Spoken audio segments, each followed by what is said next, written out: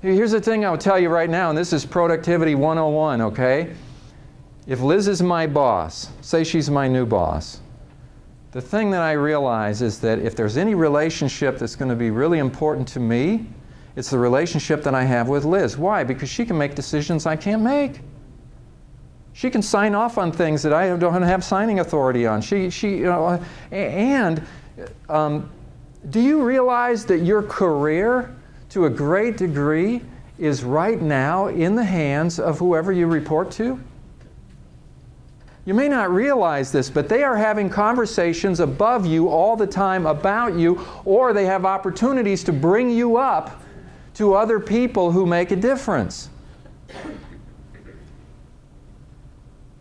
See, what you want is you want your whoever it is you report to be your advocate. You want them to continually be saying good things about you to other people. You want them to feel good about you.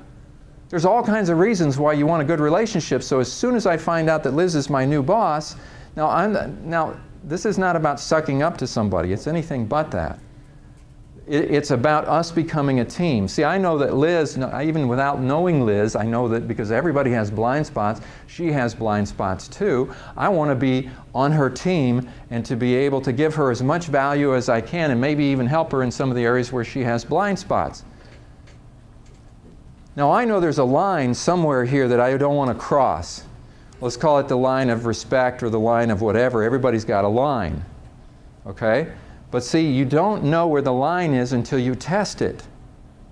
Now, if it were a minefield, it's dangerous to test a minefield by stepping, because, it blows up and you're dead.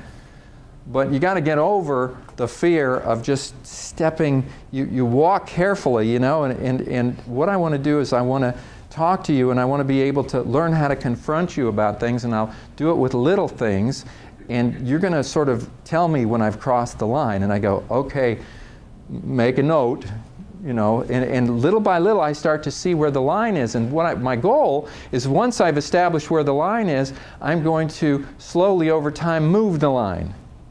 But initially I'm going to stand with my toes on the line and lean as far over as I can.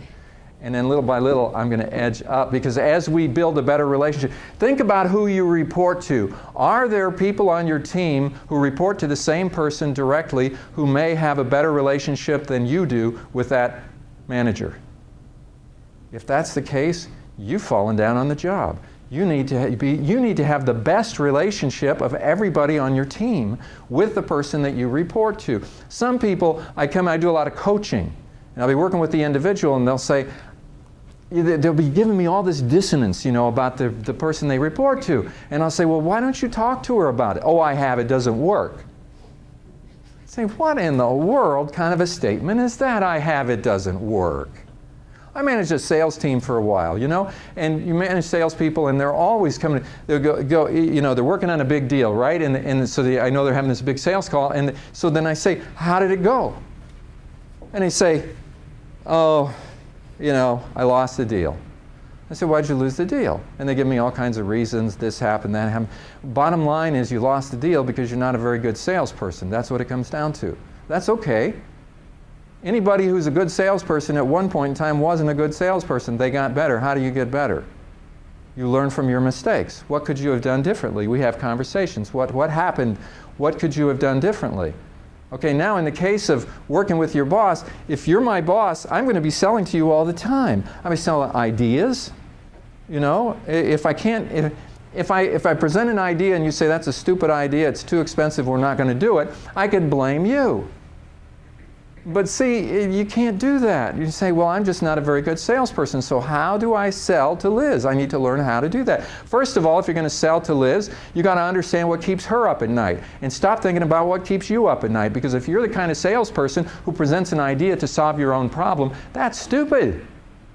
That makes no sense. She doesn't care about your problems. You're going to be thinking about her problems. I really do. She really does. Of course she cares about your problems.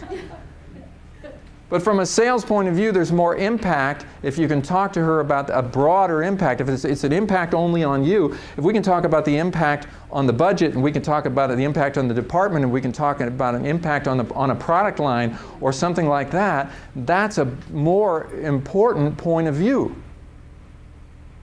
Selling somebody is about making them sick and making them well, making them aware of how bad the current situation is and what the remedy is, and to believe that the remedy makes sense in the situation. If they're not disturbed by the situation, you can't sell a remedy. So then you have to understand what keeps her up at night.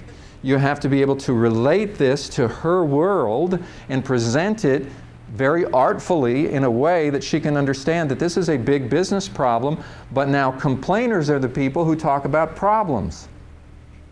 You have to have a solution to sell, and you have to know how to sell that solution. Now, this is Productivity 101 because we don't work in a vacuum. You're constantly in situations where the people around you, whether they're customers or people on your team or people on other teams you have to work with, get in the way. They become obstacles to you being able to get your job done.